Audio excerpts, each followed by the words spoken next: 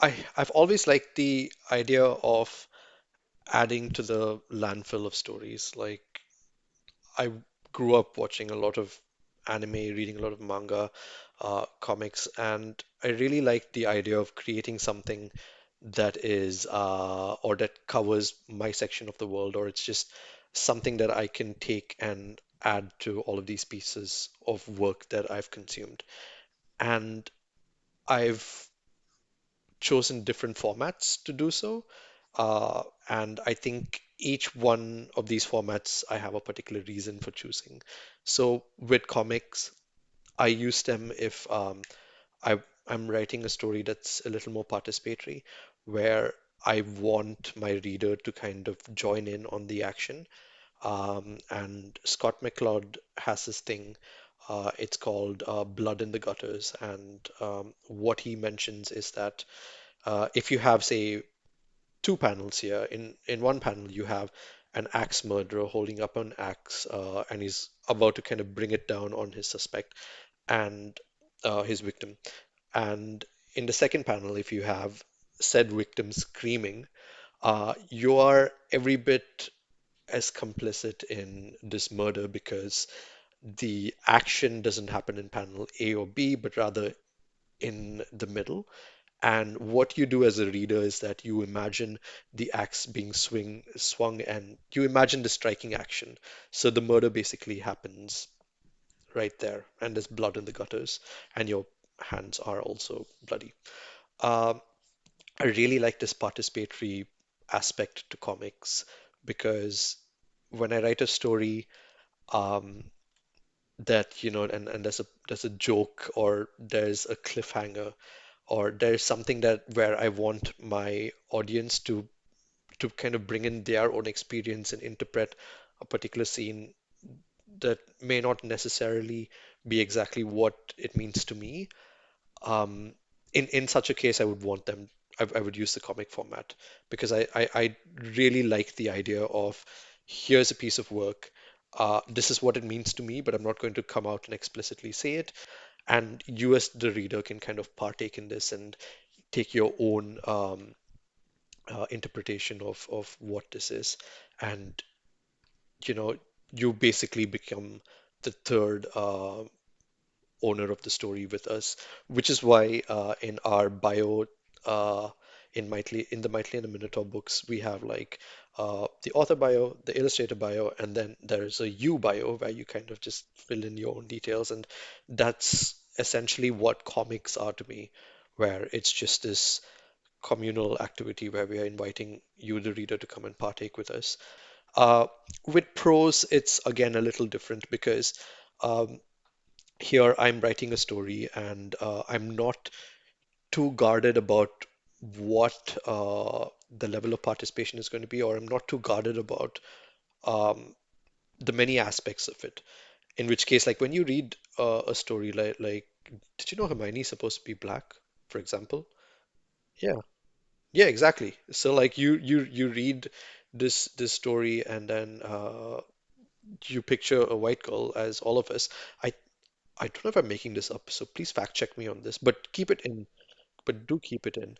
Uh, so and the locations and because when I write about a school, I am very much thinking about an Indian school, and I am going to be describing the benches, and I'm going to be describing different aspects. But if as a writer, I forget to, expand into the visuals of it and provide you enough visuals and detailing about it, and you are, from some other part of the world, you're going to be imagining what a school means to you. So prose to me is something where there's stories where I'm not too guarded about it, and film slash plays are ones where I'm very guarded about it, and comics are that beautiful, sweet middle spot where you can either go here, there, or bring in a whole new interactive side to it.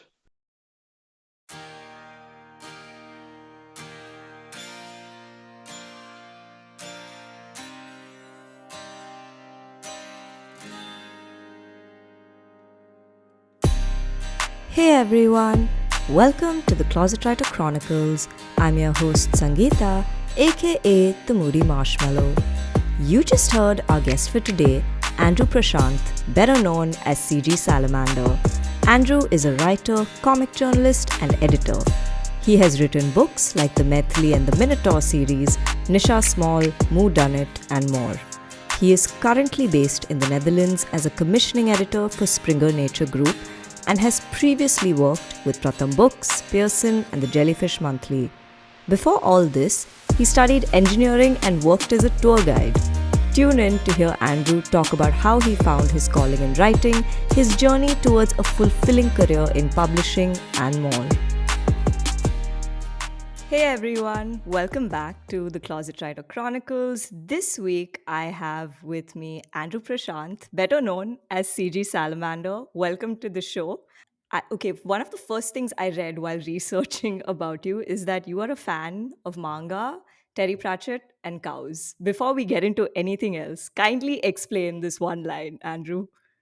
Yeah, so manga, cows, and Terry Pratchett. I think the Discworld books were books that I read growing up, and I weirdly found them in these secondhand bookstores, and they were kind of just super ubiquitous and all over the place. And um, it's the same thing with manga as well as these larger fantasy series because they have these huge, big universes and worlds and I love the world building and I love the characters and how, just different arcs kind of play out and feed into each other. And ultimately, you have this one big piece of work. So, yeah, that's my love for manga and Terry Pratchett. And cows, I find them super calming to just look at them Okay. and chase after them in a non-threatening way, of course. Okay, because that was one of the first things I read, and I was just like, okay, this is an interesting sort of spectrum of things to be interested in. So, I was just curious. But speaking of manga, I don't know if I can say I read a lot of manga, but it was something that I did have a lot of interest in when I was in school. So watch a lot of anime as well. So yeah, so it's really cool to know that you kind of have interest in that space as well. But having said that, what were the kinds of, say, content that influenced you while growing up? In terms of writing, books, films, music. Who really influenced you or impacted you? Sure thing. And the way you said, I used to be interested in manga I still back in am. I school. don't know if Yeah, I'm like it made it seem like, oh, you need to grow up. But no, no, not at all. but yeah, that's a really lovely question, and I think we're going to kind of visit a part of 90s or early 2000 history to kind of answer this. So my influences primarily come from books, movies, TV shows, and a lot of anime. And with books, it's fairly simple. I read a lot of Goosebumps because Mm, it's the only book that my school would have that was interesting in the library. So we'd have library periods. I don't know if this is still a thing where you crowd into the library and then you just read for half an hour, and it's sort of forced reading. And it was always fun to kind of read this Goosebump book and then go back to it and try and finish it or try and get through as much of it as possible. Um, but here's the history lesson bit. For anyone who remembers, I think somewhere in the early 2000s, or I don't know if it's the mid 2000s, mm, we used to have cable TV, yeah. and this sort of just disappeared. And then there was a transition to the set-top box. Uh, and I think there was a 2 year period where I was deprived of content. So I used to watch a lot of Cartoon Network and Nickelodeon back then. But Oh, then, same. yeah, so once this shift happened, I suddenly found that, you know, Animax was the only watchable free television channel. And then I just started watching a whole lot of anime, and just to give our listeners a bit of context, um, a lot of animes are super huge and super colossal, and they sometimes have prime time spots in Japanese television, and there are huge teams working on them, and they're more or less like the Tamil serials that um, we watch here. So I ended up watching a lot of that. And when I was sort of, I mean, you need to watch a different variety of programs throughout the day. And so somehow at around 8:30, I would watch KTV because you would Okay. have like a lot of Tamil movies played there and really old, bizarre movies from the 80s and 90s. And I watched every single one of them just because I didn't have access to my cartoons anymore. And so I think at a very impressionable age, when I was a teenager, I was just bombarded with a whole lot of Tamil cinema and anime, and I think all of this, along with books, has culminated into my, references or things that went into shape my way of thinking. So, what kinds of anime did you watch? Because I used to watch Animax in school. I think it was like one huge rage when it came out. I used to watch a lot of Inuyasha, Full Me Metal too, yeah. Alchemist. Yeah. Yes, yeah. Wait a second.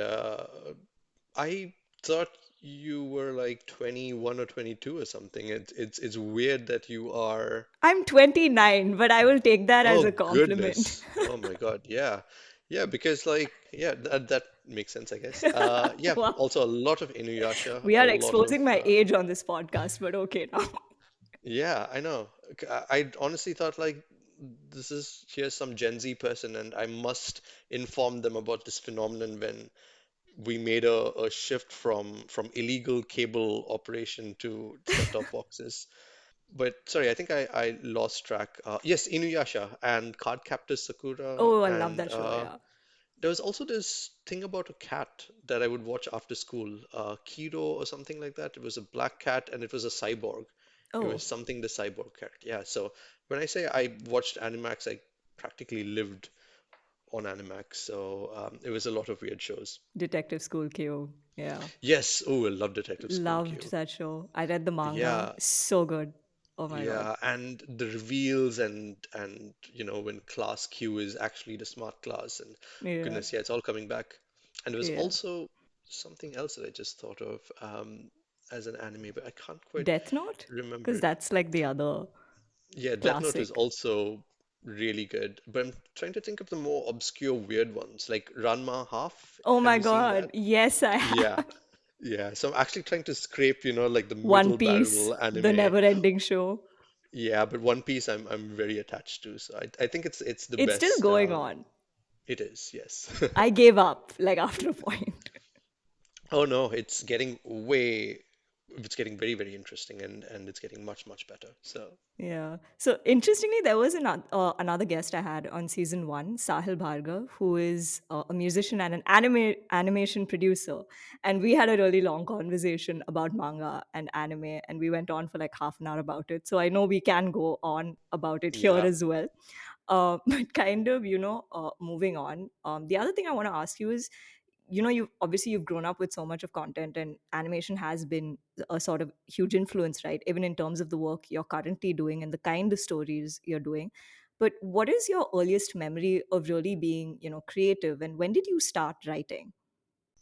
this sounds like I can give you an answer that's a cop out because as far as I know, when you're a child, you just write stories. Like, regardless of if you want to be creative or not, you just end up writing stories. And I have memories where I kind of tried to rewrite certain Cartoon Network shows, like Tom and Jerry, for example. Okay. But I wasn't a very good writer then because it would all end with Tom catching and devouring or dismembering Jerry. But of course, you can't keep the franchise alive when one half of your show is killed off.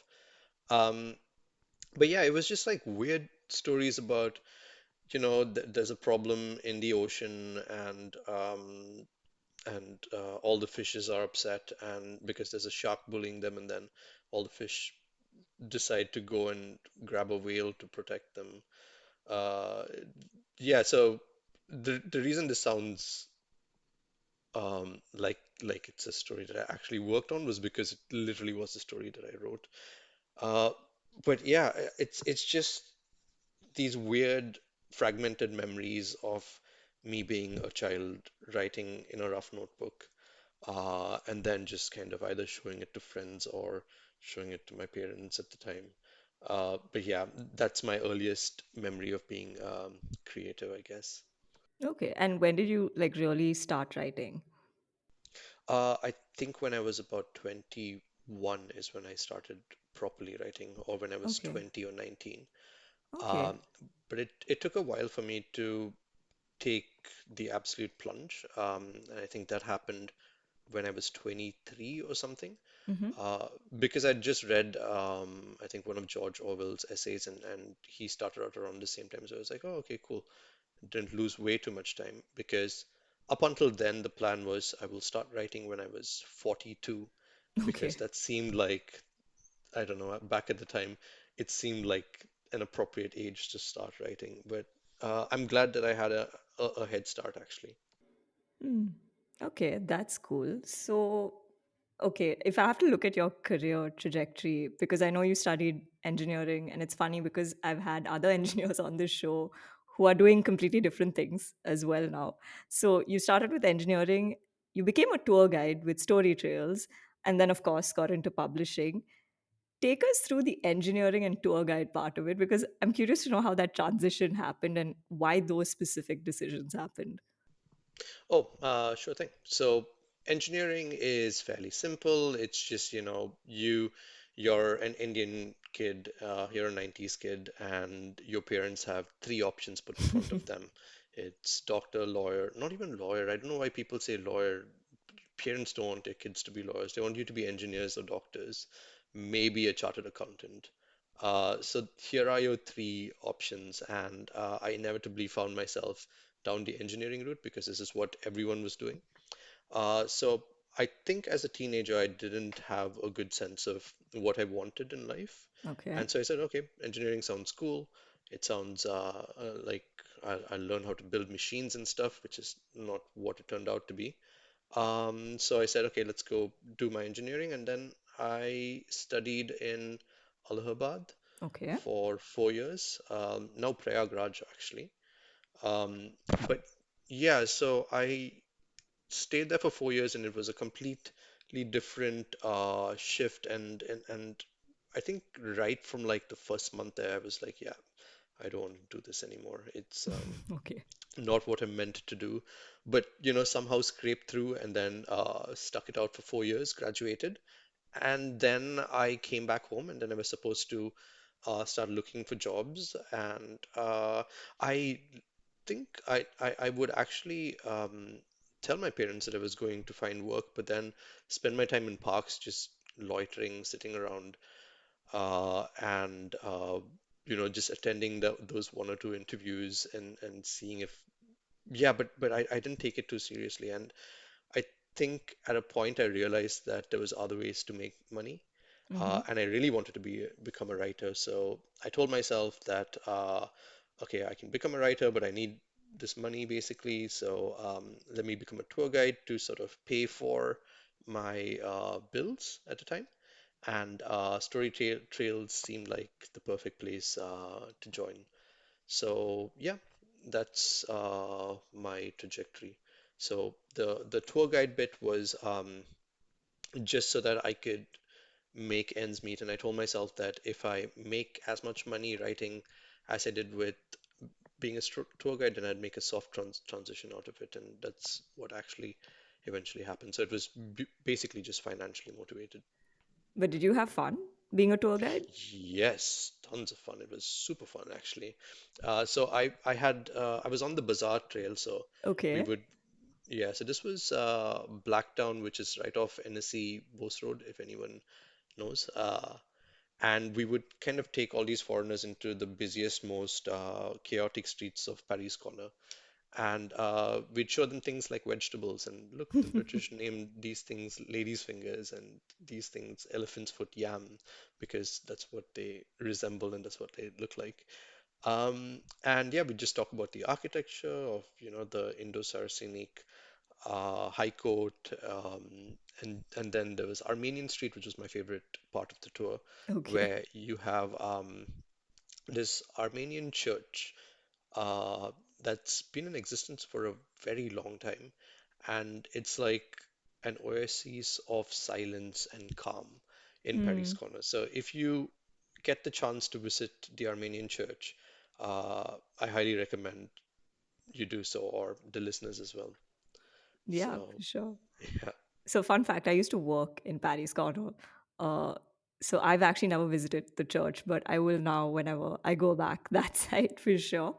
Uh, but yeah, it's an interesting part of town. There's a lot of history, there's a lot of architecture, like you said, and it's just very rich in culture. And it's like its own sort of town or city in a way. But yeah, so then do you think any of those experiences also kind of seeped into your writing in a sense? Because, say, is there anything, say, from when you were a tour guide or engineering that you kind of take into your current writing?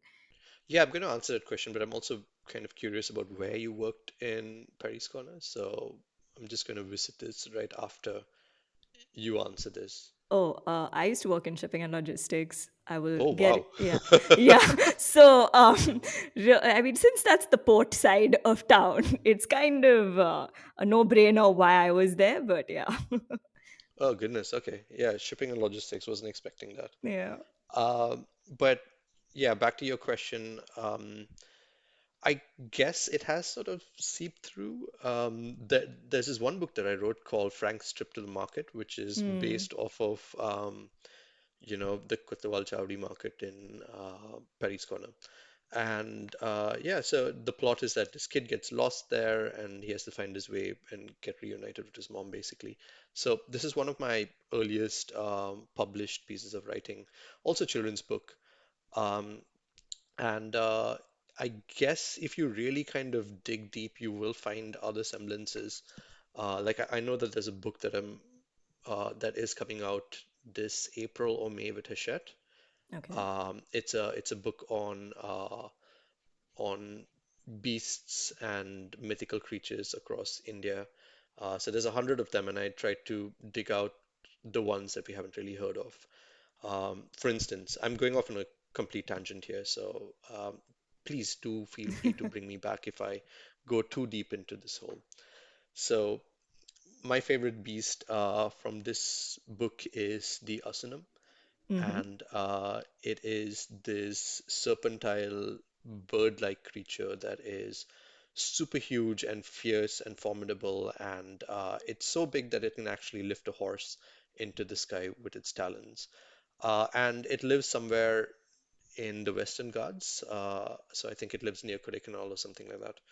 And I think it's been referred to in Sangam literature, and the reference is that these beasts love the sound of nature and they love the sound of music. And whenever they listen to something melodious, they will come out of their caves and then they will dance to the sound of the music, which was also sort of their downfall because these birds were also phonophobic, which means if they listened to loud noises, they would collapse and Okay. maybe even die. So old ancient Tamil hunters would go off into the woods, play the lyre to draw them out, and then, once they're nice and happy and dancing to the tunes of the music, they would then play a loud beat of a drum, which would stun them and cause them to come crashing to the ground, and then they would proceed to eat them. So yeah, so that's my favorite piece, and it's my favorite story from the southern region, basically. And yeah, so the thought of an Osanam back in Paris, which is super loud, yeah, I just tried to bring it back to where we were, full circle. So, no, but it's interesting that you've kind of taken that kind of inspiration, right? Just from other work you've done and also just sort of the life you've lived and places you've been geographically as well.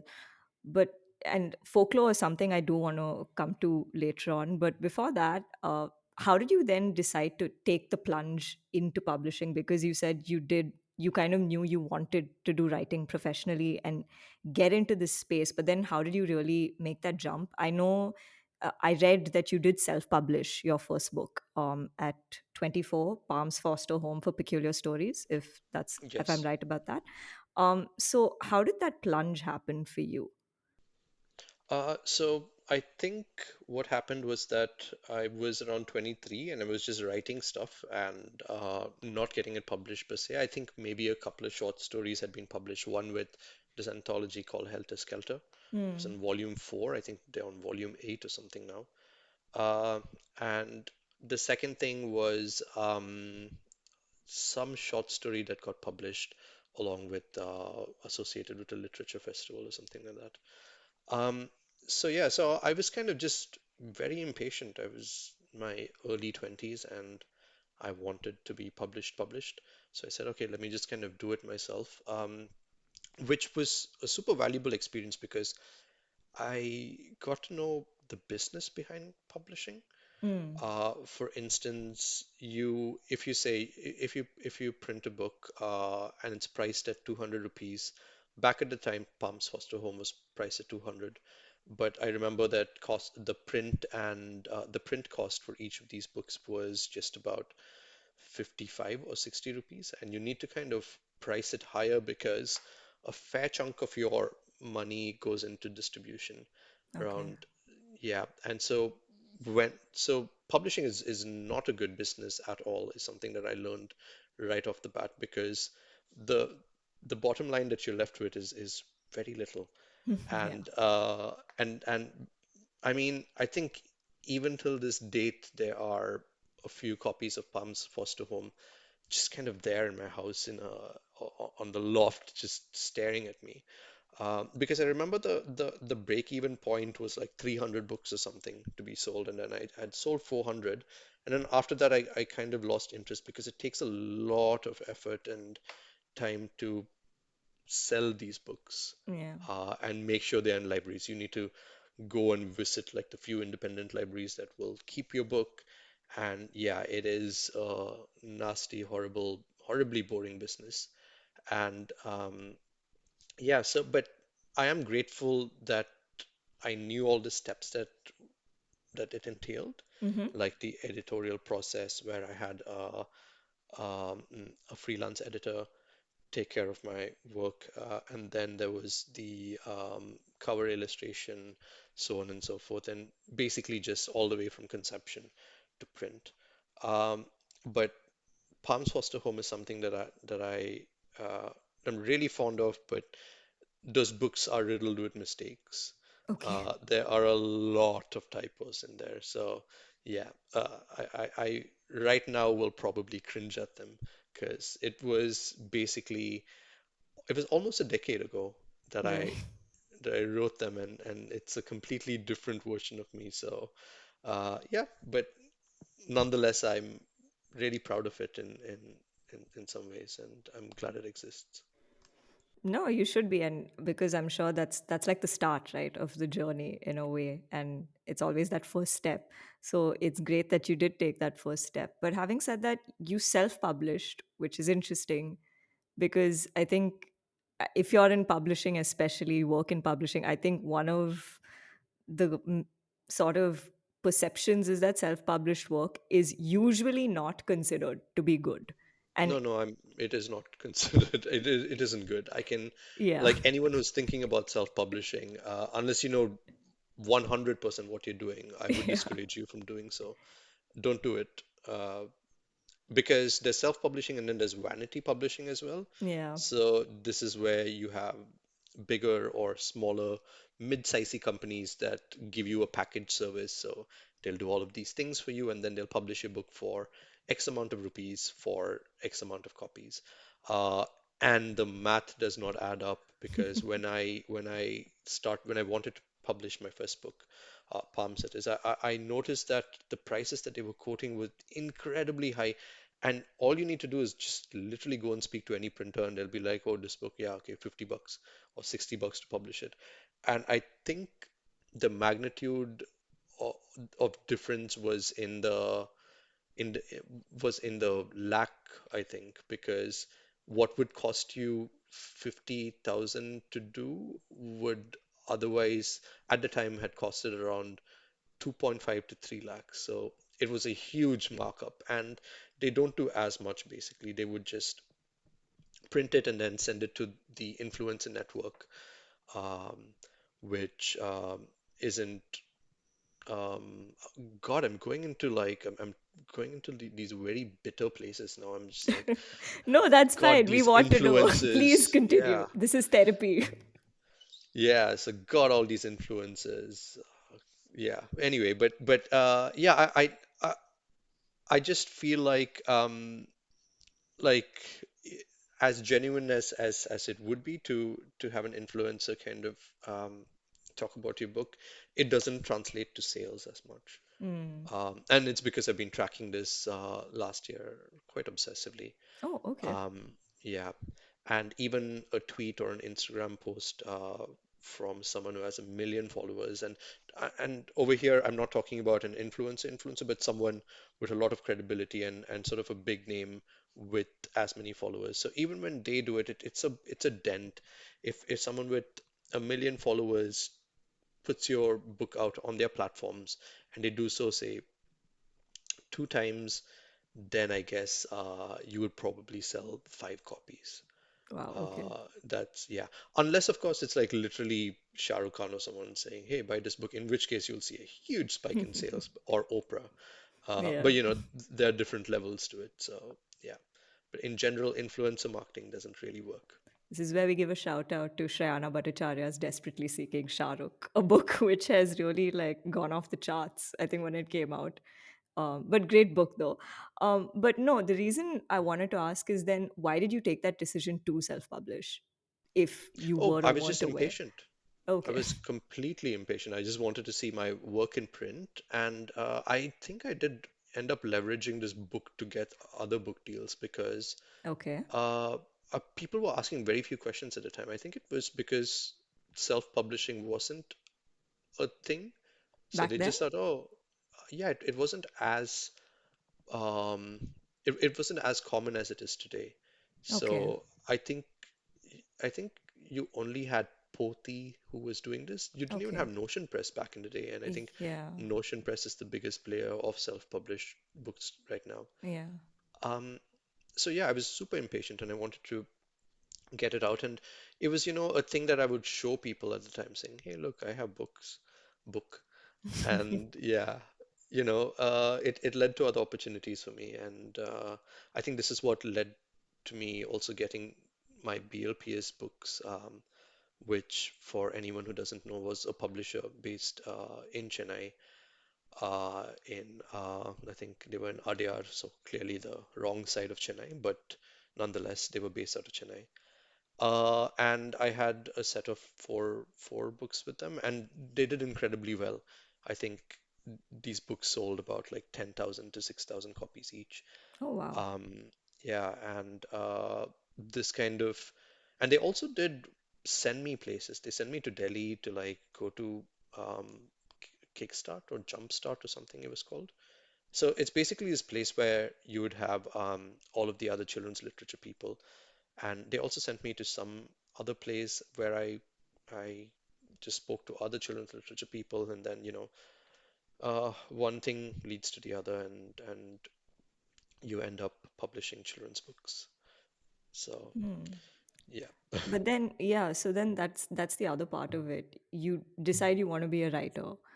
You get self-published, and of course, you're getting other opportunities after that. But why children's literature, considering usually that's not something a lot of people like get into organically. Usually, when people are like, "Oh, I want to be a writer," it's like the immediate thing is, "Oh, adult fiction or non-fiction or whatever." Why children's writing? So it was never particularly children's writing at the start. Mm-hmm. I think some of like the stories that I've written for adults or are published in magazines and or journals, I I think they do exist. It's a different side of my writing, Mm-hmm. and I think the the script I'm most proud of is a work for adults, and I'm looking to place it at the moment. Uh, but it was very money led at the time, and this sounds very counterintuitive because there's no money in children's publishing, as you Yeah, may I know. know. But you're a tour guide, you're doing stuff, and then you see this one outlet or avenue. And also comics. I was doing a lot of comics back then, which was not necessarily for children. Actually, it was not for children at all. So I was doing journalistic comic pieces for the Mint and a few other publications. And this is what actually paid the bills. Because I remember back in the day, you would get paid like 30,000 rupees for a decently sized comic. And this was 2013 or something. So Okay. it was, you could make good, decent money back in the day if you had, like the right comic people approaching you. And I mean, the payment was horribly delayed, but it was still money. Hmm. So yeah, so I think I ventured into comics a lot, and then that sent me on a tangent. And then also at the same time, I had gotten with the BLPS people. Okay. Uh, so BLPS is Miss Moochie, by the way. Um, Okay. and that sent me off on another tangent. And then I just ended up doing these two things. And I would do a lot of comics and a lot of children's content. And at a point, you just get approached for this kind of work. Um, so I think with comics, I have about 100 plus published. And with children's books, I think maybe I don't know the number because I did a lot of commercial projects as well. Mm-hmm. So my stories are there with Pearson as part of their curriculum and also Oxford University Press, etc. Mm-hmm. Um, speaking of which, I should remind them to pay me for my royalty because Oh my God. I own the rights to those, and yeah, it's it's a lot of tracking and admin. People don't realize the amount of admin that goes into like doing something creative That is so true. because you need to chase people for stuff. It's yeah. The thing is, okay, you got into children's publishing then kind of by chance, but you were involved with, say, like the Jellyfish magazine where you were one of the founding members, right? And you were the managing editor, and then you were with Pratham as well. So then did your perception at some point change for you to get so kind of heavily involved in a sense with children's literature? Yes, absolutely. The more I worked on it, the more I loved it. And there was this weird sort of freedom with children's books, and you can be super silly. It's actually encouraged to be silly with children's books, and I absolutely loved that.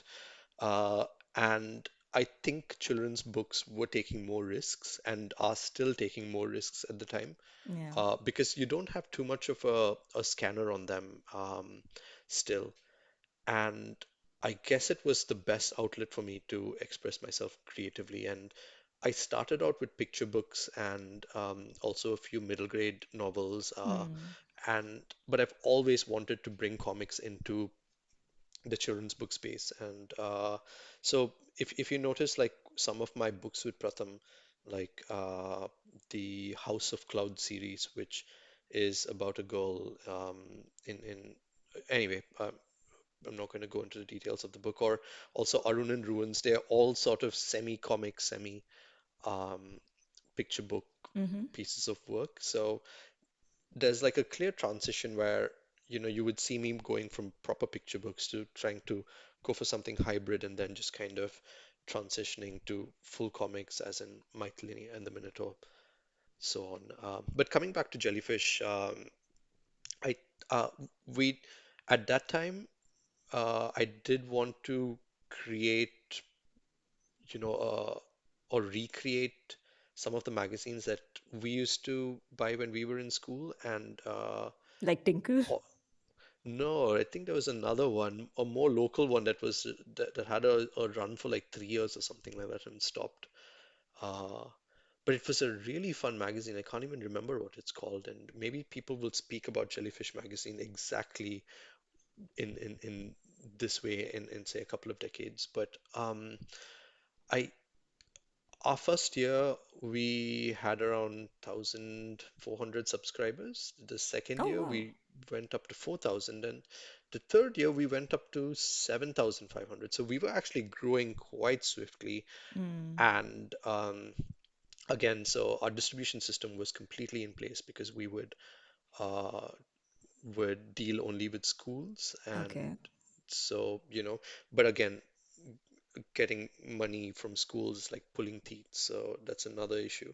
But my time at Jellyfish was a lot of fun because it was just a time of experimentation and exploring all these things that I really wanted to do, and I now suddenly had a platform and a readership, and you would also receive letters from kids saying that they really like this, and this is how I found out that kids were really into mystery, not mystery, sorry, whodunits, Okay. uh, which kind of takes us back to, Dan Detective School Q, Yeah. because it exactly was that it was children solving these complicated stories, and I had a character called Divya Mystery that was a recurring feature of the magazine, and I have a new character now called Nisha Small, who also solves mysteries, but yeah, with her friend Jamie Karthik.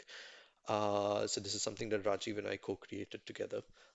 So yeah, I guess Jellyfish really gave me the audience. So I was absolutely able to gauge from them um, what works and what doesn't work. And then Okay. when I moved on to Pratham books, I had a list of books that I had to work on. So I was given a set of STEM titles. So I'd ended up working on 30 books, um, and then across four languages. So it was 30 plus 120 in total. And it was super fun working with the Pratham people because it was a really fun environment, or at least for me, it was like an incredibly fun environment where people were just coming in and sitting around and discussing stories. Hmm. And that just it at one point it felt wrong to be paid to go in and discuss stories, Okay. and they paid really well at the time as well. So uh, that's kind of so I don't know if you noticed, but financial motivation or financial sustainability is a huge part of anything that I've done so far, because you can't do creative work if you don't have the money to do so. That is true. Yeah, because that's when you kind of either burn out or lose track or kind of or completely abandon what it is that you're doing. So even when Rajiv and I speak to people and they ask us for advice on what to do, we tell them to prepare for the IEEE or JEE exams or NEET exams, and then write that and become a doctor. I Okay. mean, we're being facetious for the most part, but it does. You would need to have your finances in order. If not, it doesn't work. No, but it is good to have that perspective because I think a lot of people have this misconception, right? That, oh, if you're in a creative field, it's all like roses and there's like nothing like hard about it. And you're just having fun every day. Yeah, so it's like a very 60s picture of like hippies lounging about on the grass on the beach, and then Yeah. they're all kind of like coming up with work together, but that's not the case at all. It's just grueling administrative work and writing Yeah. invoices and writing follow-up emails, and um, yeah, I mean, even with this podcast, like you had to, I'm pretty bad at, oh, I was pretty bad at getting back. So your admin sensibilities were on point. So huge respect for that. It's a part of what I do for a living, so I better be good at this. I mean, this is what pays my bills at this point. So, yeah. Yeah. But yeah, to give context to the audience, which I already have, I work in rights in a children's publishing house. So, hence. The other thing I wanted to ask is what is the origin story of CG Salamander? Why did you come up with that name? There's a smart answer and a dumb answer for this, and people tell me to just stick with the smart answer because it boosts perspectives of me, but I tell people both the answers nonetheless. The dumb answer is because I think I was 22, 23, and I said, um, you know what, I'm going to write with a pen name, and then one day I will write with my real name, and that will be a masterpiece. It will rock the world and shake the very foundations of literature. So that was the idea, and Okay. CG Salamander will be a standard name up until then. Um, what I didn't realize was that a pen name sticks to you, and it gets to the point where people don't know your real name. Yeah. So I've gone to like literature festivals, or when people invite me, and at the airport you will see Mr. Salamander or Mr. CG Salamander or something like that. Oh, So wow. it gets as ridiculous as that, where it becomes your whole identity. And I guess right now I have two identities, one CG Salamander and one my own. And the reason I chose this was because I was into a lot of anime, and I think one of the characters was called Salamander something. And I thought, hey, that's a cool Oh, name to have. okay. So, so that's the dumb answer. But the smart answer is that the scientific name of a Chinese giant salamander happens to be Andreas Davidinis, which is very close to my real name, Andrew Okay. David. You can say that his answer has been rehearsed, but yeah. Okay then. No, because I was just wondering. I was like, oh, this is his pen name. Why? And initially, I didn't realize. I was like, is this his real name? And then when I was looking him up, I was like, oh no, that's not his real name. So I was just like wondering why you came up with CG Salamander. But okay then. Okay, you want to write as Andrew Prashanth at some point, so that's not going to happen at all now. No, I think it will still happen. There are certain pieces of work that are deeply personal to me, Okay. and I think those will have to be Andrew Prashant work. So, yeah, because a small part of my family has Sri Lankan ties, so Okay. they were there during the exodus during the 80s and the riots and whatnot. And it feels wrong to write that as CG Salamander. Hmm. So yeah, so I think works that are more personal will be Andrew books, and CG Salamander is, I think, the persona that writes children's books and comics and graphic novels, for adults as well. But yeah. Okay. But then, okay, having said that, since you've had so many career shifts, have how have, family, friends, and people in general kind of perceived that, or have they made any kind of, I don't know, comments, or have there been misconceptions about what you do? Oh yeah, all the time. Yes. My parents, so that's very easy to answer. So when I went to Alobada, I studied in IT. So it was a moment of, I mean, it was a thing of pride for them because they were like, oh, okay. They were basically living the Indian dream, where you have like these two kids and one of them is an engineer. And when I decided that I didn't want to go down this route, my parents very swiftly and very wisely said to themselves, you know what, let's focus on the other kid, my sister, uh, who up until that point, my sister's incredibly stubborn, by the way. I think she is more stubborn than I am, and I've been super stubborn about writing as well. And it's, I would say, my best and my worst trait because when they would say, hey, are you sure you want to do this? I would be like, yes, I am going to become a writer and I'm going to absolutely do this, and this is what my life entails. Uh, Up and weirdly enough, my sister wanted to become a doctor when she was young, but literally my parents just thought she was, it's just something that kids say. Okay. Uh, yeah, I want to become a doctor or a veterinarian.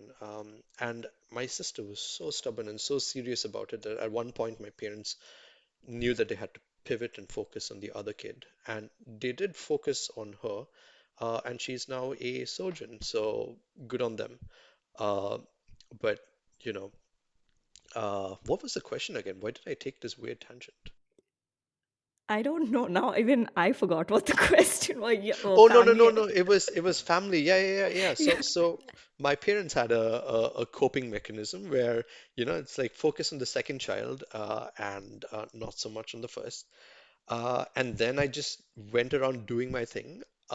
And at one point, I went into editorial work. So, hence the jellyfish and then the Pratham books uh, tangent, basically. And that kind of led to more and more and more editorial work because I also worked with Pearson and all the other Indian publishers. And at one point, I decided, hey, let's try to do some editorial work abroad, and eventually moved to the Netherlands. And now I am a commissioning editor with Springer, so taking care of a portfolio of scientific journals. Yeah, I know. So yeah, yeah, it's been really crazy and really mad, but then I think leaving me to my own devices was the best thing that my parents and my family did. Because there were a lot of people trying to talk me out of it, saying, Hmm. this is not a good career path for the middle class, and like you can't do this. But and they were absolutely right. Like, oh my goodness, like the if you ask me to go back and do exactly what I did again, like in my 30s, no way. I would not do it all again. But having done that, I have absolutely no regrets. No, Cue but music. Sorry. yeah. What are we? Eye of the Tiger, Gladiator. I don't know, but yeah. Yeah, No, but something inspiring.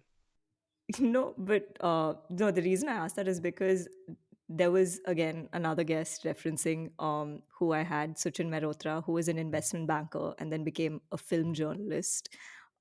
So he was talking about like how when he made the shift, he was like, yeah, my parents were just like, no one got it, like family and friends, but he was like, I knew that this is what I wanted to do. So it's just interesting to kind of hear, different stories about how, people kind of go through these sort of shifts. And because as it is, I feel like you're internally dealing with that shift yourself, in terms of questioning yourself, like, is this right, is this wrong, is this good for me? And then you have like so much of external noise kind of also sort of questioning you, which can be very conflicting and can just cause a lot more confusion. So it's just good to get perspectives on this. So, like, the external noise was certainly there, but I think I was just like a really dumb 20-year-old. I had no internal voice at all that was telling me that, Okay. this is why you're doing this. That started popping up literally a year ago. I think like when I turned 31 or something is when it actually happened. But I had zero internal voice, so I was able to take a lot of risks. Hmm. Um, and yeah, so I think I had like full clarity. And even right now, right, like the internal voice it's very muted. Like it, it it's just there, but it's so silent and you really have to make an effort to listen to it.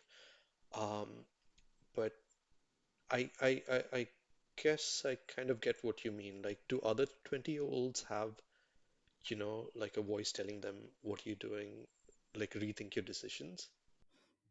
I mean, apparently it is so for Gen Z, and I guess a lot of. I mean, I'm almost How 30, about so you? I don't really know Like, if I really come into this anymore. But yeah. yeah, but when you were, say, 22 or something, were you just like questioning?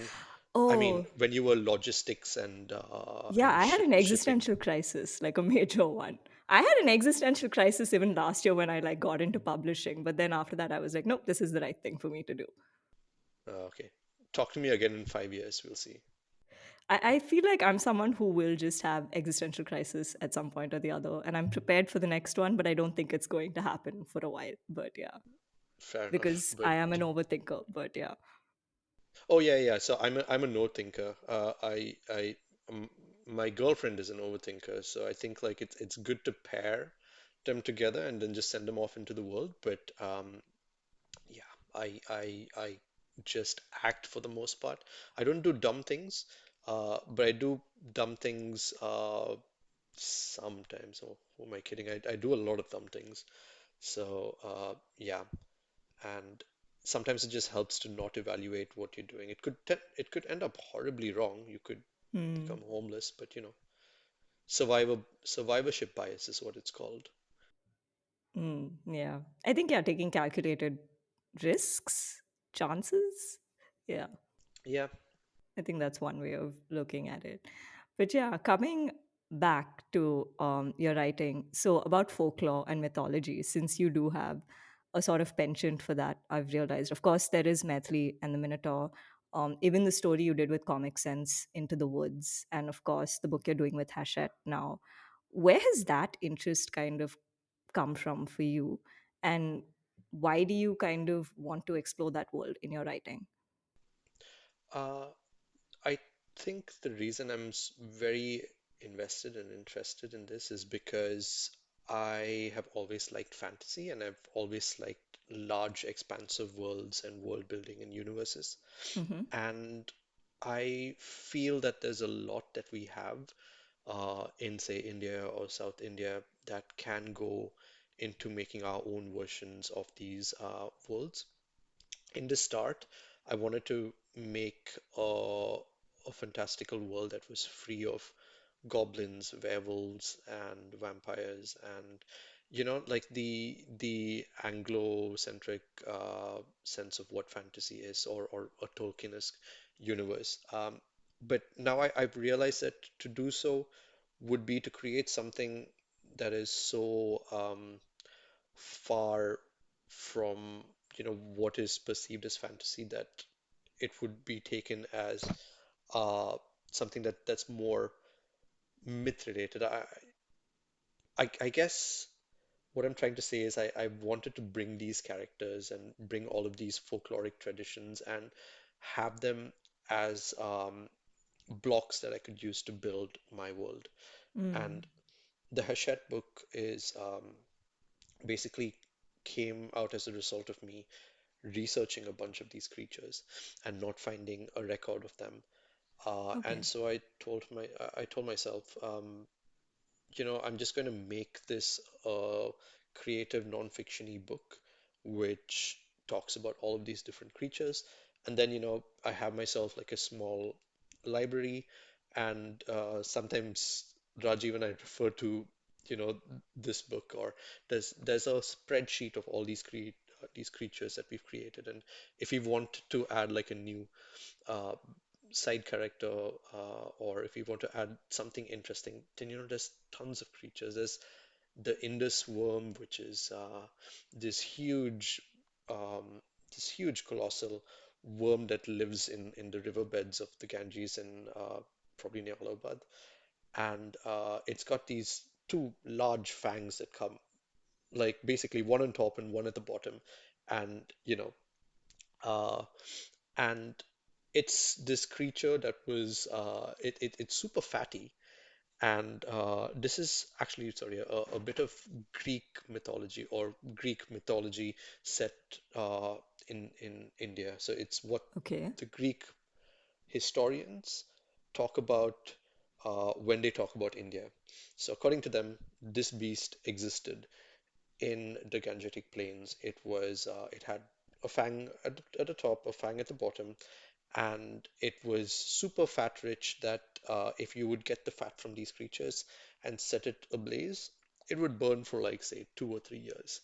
And this was like a huge resource for the kings at the time, or the Indian kings at the time, because having this would mean having a weapon that they could use to like invade other kingdoms, so they could just like set perpetual fire to their enemies. So I guess there was something super fascinating about cataloging all of these things and then having them there. And then, this can feed into a larger piece of narrative where you want somebody, like, say, invading some place, and then you say, okay, so this oil that they used is from here. And then there's an actual for historical record by the Greeks, which you can refer to. So it just makes your mythical world building a lot more convincing when you Mm. base it on these things. And I guess a book that I've read recently is have you read Lincoln in the Bardo? No, I have not. Okay, it is a lovely, amazing book, and he uses this I think it's is it George Saunders? I'm not sure, but he uses this super cool literary device where he discredits history to make his fiction seem more credible. Oh, okay. And yeah, so how he does this is, for example, uh, at at the party he talks about, say, Abraham Lincoln, Hmm. and how Abraham's Lincoln's eyes, right? And about how like someone said it was so he'd talk about Abraham Lincoln's eyes, and towards the end you'd have like all of these quotations from different newspapers or journals at the time.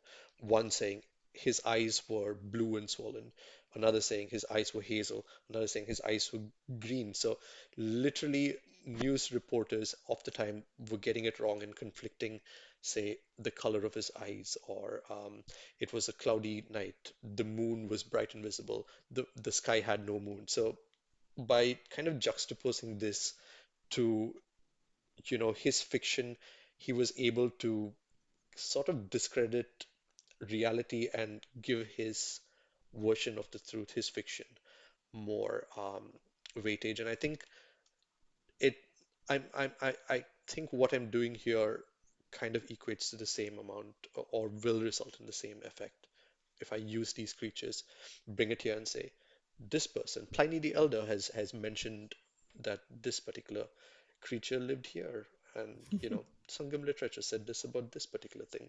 So yeah, No, but that's really cool, and I'm honestly excited to read this book you are coming out with Hachette, for sure. I read Methley and the Minotaur, and I loved both the books. I think it's an incredible series, and yeah, I get the hype now that I've read it.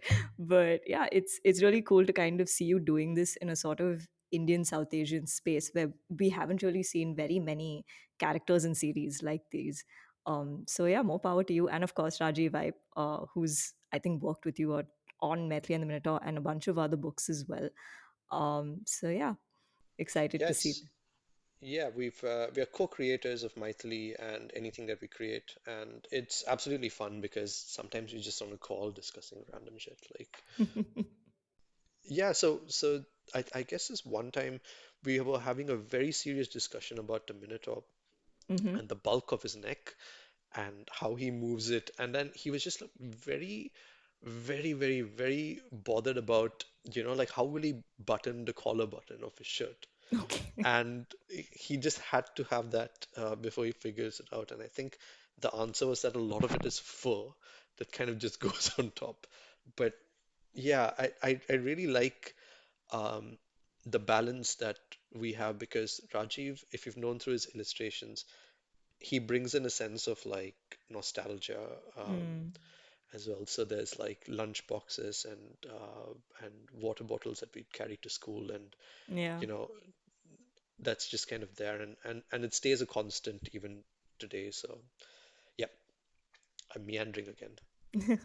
No, no, not at all. But no, it's just really cool to see the kind of work I think both of you are coming out with together, and it's interesting that you've been able to find a collaborator like that, right? It's I mean those creative partnerships sometimes can be hard to come across, so it's really nice that you've kind of found that with Rajiv Vibe, and vice versa. I'm sure. Maybe I'll interview him in some future episode. But yeah. Yes, you should.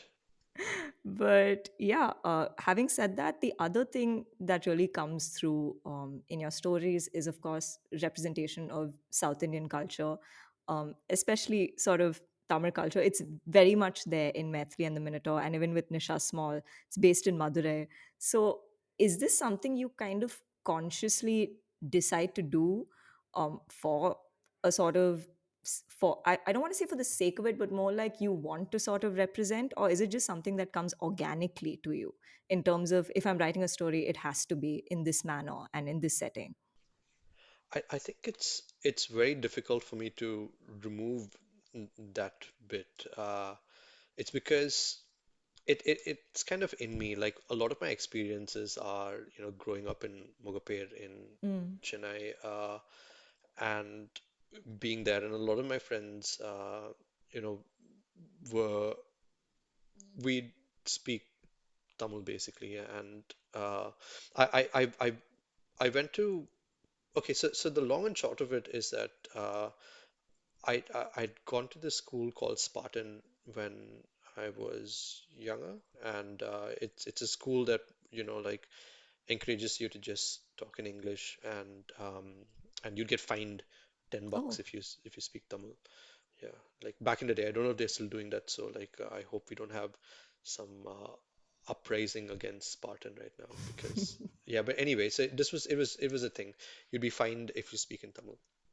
And what happened is that around eighth standard, I got kicked out of Spartan for reasons, and then I went to another school, the only school that would take me in at that point, and it was SBOA Model Matriculation. So my friends there were completely different from my friend group in Spartan, basically. Mm-hmm. And and I think all of us at that time were kind of lower middle class. I still kind of remember the things that we would do. Like we would go to Spencer Plaza and just hang out there and just stand around and just go around in bikes and stuff. And to say it plainly, or just so that anyone in from Chennai is listening, they'll understand. It was very area boys culture.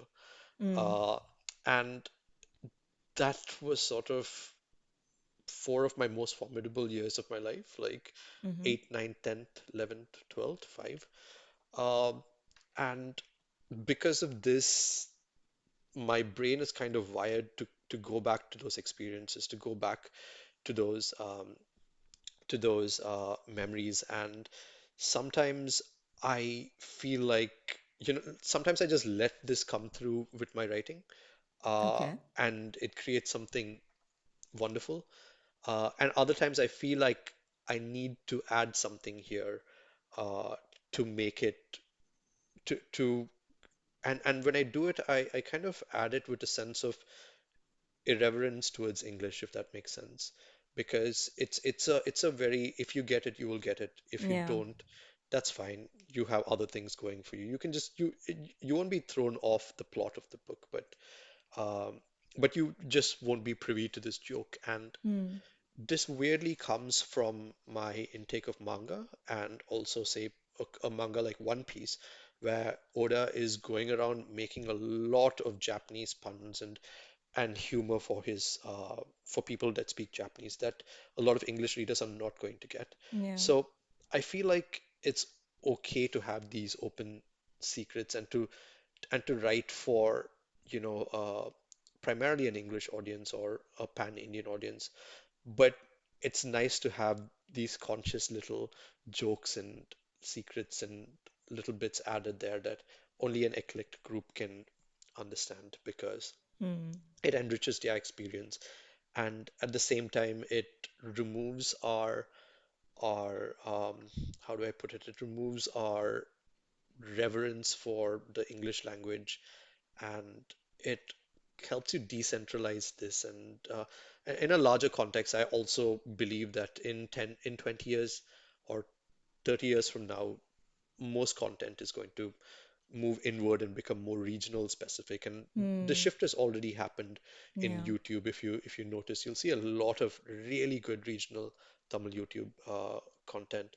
And it's inevitable that we go there, and I kind of want my work to represent A, who I am as a person and all of my memories, but B, I just feel that this is where I'm from and this is what I know, and Yeah. so I'm going to write this very long-winded answer. No, that's really cool, and more power to you, because I found it really cool that you did that with the books, with a sort of um I don't know if fearlessness is the right word, because there wasn't, and the reason I say fearlessness is because there didn't seem to be any sort of thought of, oh my God, will I be alienating so many people by saying this or by mentioning these words or, whatever. But which I thought was really nice because, I mean, yeah, regional content is great. I mean, internationally also, if you look, I think the way, say, of course, Japanese anime, but also in Korean content, right? Like K dramas and stuff, like they've kind of pretty much transcended language at this point, and I think that's fine. I think that's pretty much is the direction a lot of Yeah. content and storytelling is taking today. Um, so more power to you for doing that. But yeah, what do you think has then changed in the whole, like, comic graphic novel scene, say in India or South Asia? The reason I'm asking this is because I don't really, or at least my understanding of it is, I don't think it was necessarily taken seriously, say even 10 years ago. And today in publishing, you do see this sort of trend of where actually comics and graphic novels are making the sales. They are sort of on an uprise trend. In fact, if I talk about Tulika itself, we've started a new imprint, which is the graphics imprint, which is about graphic novels. Wait, And what, really? yeah, we've got three new books. We will talk about this later, Salamander, if you want to Oh, write a book for us. oh, wow. Yeah. There you go. The rights and permissions person at work. even on a podcast. Oh my God. Yeah. But yeah, so it is pretty much on an uprise. So what is your take in terms of the way you've seen it sort of grow and change? For some reason, I can just envision like a graph in front of me, like a stock ticker graph, and like I'm gonna try to look at give you an overview of like Sure. all of it, like an all-time high. So if this is the comic graph, so this is X and Y, and over here, right? So this is when comics, were not a thing. And over here we have the 70s and the Hmm. 80s and the 90s. You'll see this huge uptick in the 70s, 80s, and 90s. Okay. So this is where we have we have some Amritsar content, and they've taken the market by storm, and you have like a lot of regional players also producing comics. But also, if you remember, I don't know if you would, because you wouldn't have a need to sit outside on those benches in a salon, because sorry, I'm kind of like mixing two things. But these barber shops that they had back in Ah, the yeah. day in like Yeah. 90s? I don't Yeah. know if My like father girls still went goes. and got their No, I never went. My father still goes, I no, think. no, I still go there. It's Yeah. nice and neat. I went there like 2 months ago when I was in Chennai, and I was like, I told my girlfriend that this is where you get the best haircuts, and I came back with like cuts on my face. Oh my God. So yeah, I think this time around the standard had dropped a bit. But anyway, point is like outside on the benches in the 90s or also the 80s, you'd find these comics there. These comics completely Hmm. in Tamil, full Tamil comics, and they'd be of cowboys and like spies and stuff like that. And this was because there was this whole syndication thing happening and this whole translation movement where they would buy lesser known comics from the West, and then just translate them, write Tamil text over them. And this was a huge thing. So at its heyday, comics were really up there. And then Doordarshan came along, I think. So this would be Hmm. early 90s, and then there's a deep downward spiral. And since then, in if you take the larger scheme of things, and if this is the graph, I would say we are still here. You have certain upticks here and there, but Okay. we are still almost flatlining. So I think Okay. that's where we are with comics today. With regards um, to is it taken seriously? I think in 2006 to 2008 there was a movement. Mm-hmm. So this is when with like say Kari and Apupan's books, the, the Moonwood series, I guess, had all come out, and there was this kind of reverence for graphic novels with the bigger Indian publishers. Mm-hmm. Uh, but again, book sales were paltry, and like we haven't touched those numbers, the 70s numbers. So this has sort of been an on and off thing where, like you would have like a small uptick in graphic novels, and then it'll die down again. And then you'll have another resurgence in like, say, 2015 or something. There was one, and then it'll die down again. And now we're having the 2021 resurgence that will probably last 2 years. So Hmm. let's like all milk this swiftly, and then let's see. Um, but what I do think is going to happen is non-fiction comics are going to take off. Yeah. Um, Mm. and I think that is the space where if you're a publisher looking to make money, that's where you need to be.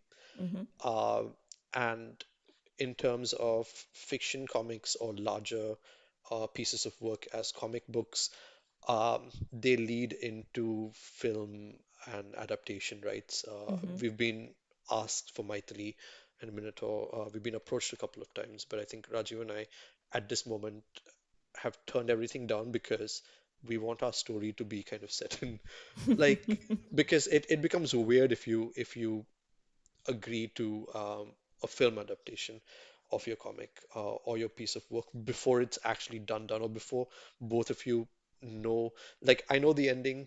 Yeah. I know book three, which I'm going to finish this weekend, and but there's still a lot of moving parts, and there's there's a way for the movie to kind of undermine the comic, and I think Right. there's a perfect case study example for this also, which is Agent Vinod. If you Agent Vinod was a I was comic. actually thinking of Full Metal Alchemist because that's what happened. They did the show before the manga was Oh, done. really? Yeah, there's two versions of it. Oh, yeah, yeah, Brotherhood And yeah, and Full Metal yeah, Alchemist, yeah, you're yeah. right, yeah. Oh, yeah, yeah, and I think right now, but with regards to anime, the right approach now, if you're a strong anime, what you would do is that you'd just say, no, you know what, wait for me, and Yeah. then like you'd have fillers over there, so like just like a random filler arc, in which case it doesn't bother the integrity of the show, and people who like the characters just get back and kind of Yeah. do dumb things with them. But yeah, yeah, you're right.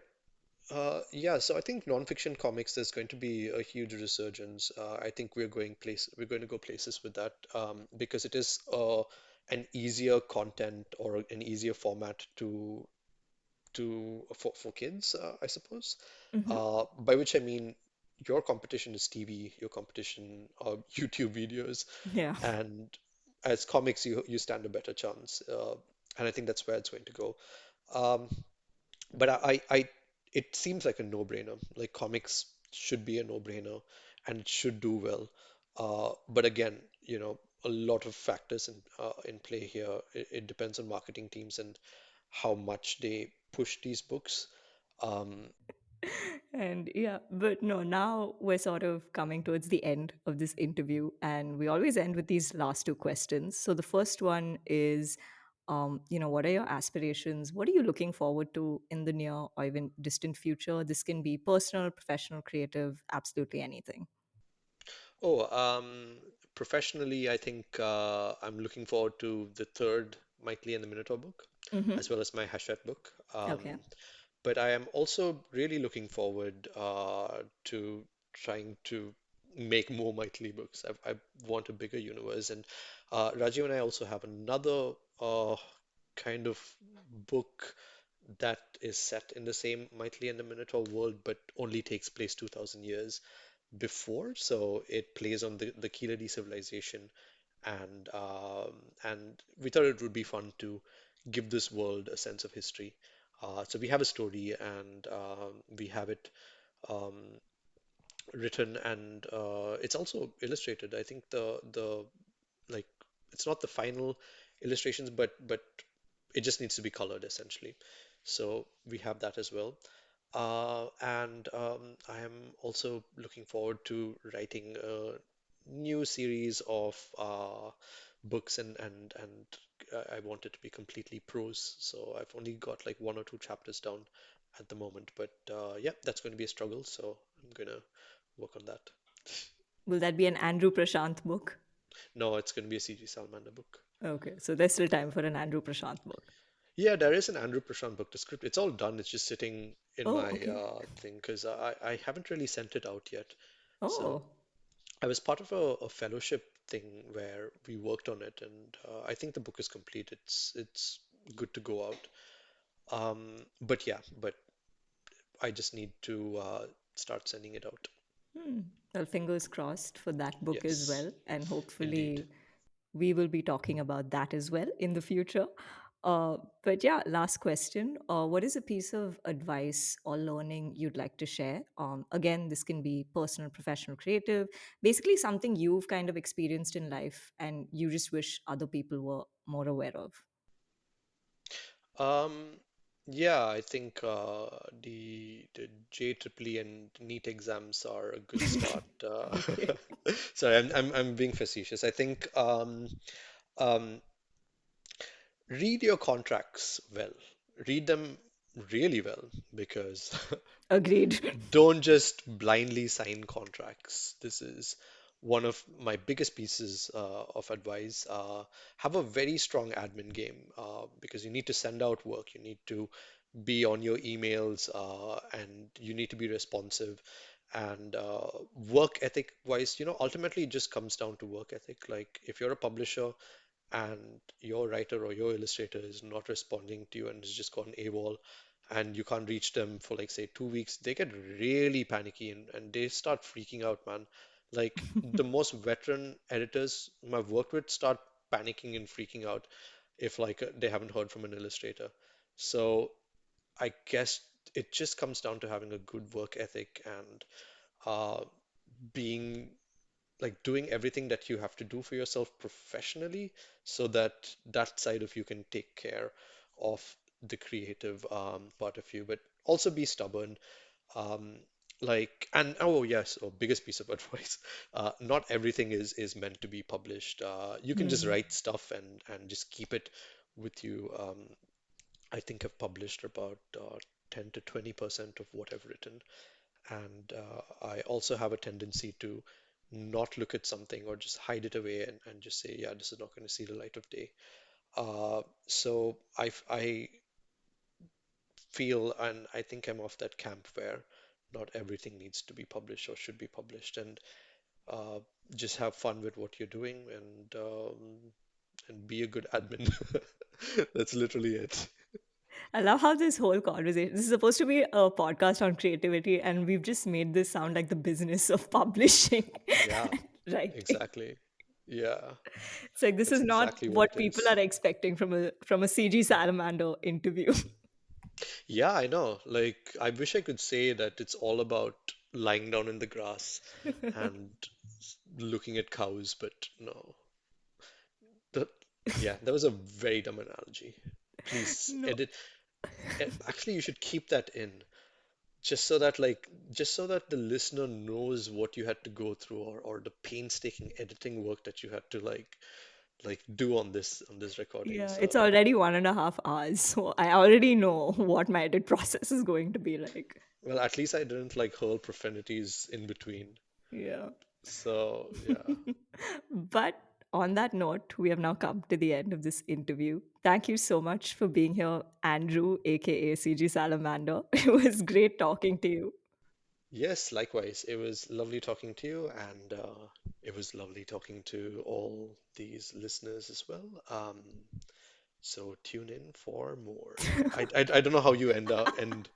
What's your end jingle or And on whatever? that note, this ends. Goodbye. See you next Cool. week. See you next week, listeners. Bye. So that was my conversation with Andrew Prashanth. I really enjoyed recording this episode and listening to his story, closing this episode with excerpts from Andrew's book, Nisha Small, The Knot of Gold, narrated by him. I hope you enjoyed the show, and I'll see you next week with a new guest and a new chronicle to share. Talk soon! Right foot to the left foot to the right foot to the left foot to the right. If Jamie walked too fast, he would step on a bridesmaid's dress. If he walked too slowly, Appa and Priya would bump into him.